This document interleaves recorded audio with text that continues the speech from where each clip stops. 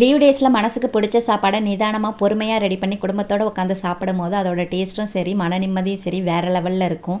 எங்கள் 4 பேருக்கும் பிடிச்ச சாப்பாடு என்னன்னு கேட்டிங்கன்னா அது பொங்கல் தான். பொங்கல்னு எழுதி கொடுத்தீங்கன்னாவே 4 பேரும் ஸ்மைலிங் ஃபேஸோடு இருப்போம், அந்தளவுக்கு பிடிக்கும். என்னோடய ஹஸ்பண்ட் வந்திருக்காங்க அப்படின்னா வாரத்தில் 2 டைம்னாவது என்னை பொங்கல் ரெடி பண்ண சொல்லுவாங்க.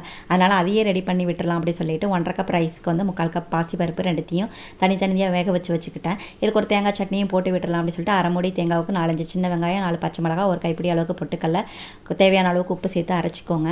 இதை வந்து லைட்டாக எண்ணெயில் வாட்டிட்டு அதை வந்து அரைச்சிங்கன்னா இதோட டேஸ்ட்டு வேறு லெவலில் இருக்கும். நான் அர்ஜென்ட்டுக்காக அப்படியே அரைச்சிட்டேன். இந்த சைடில் பருப்பும் ரெடி ஆகிடுச்சு, ரைஸும் ரெடி ஆகிடுச்சு. ரைஸை லைட்டாக வடிச்சிட்டு வேக வச்சுருக்க பருப்பை இதோட சேர்த்து கொஞ்சமாக மஞ்சத்தூள், தேவையான அளவுக்கு உப்பு சேர்த்து நல்லா மிக்ஸ் பண்ணிக்கோங்க.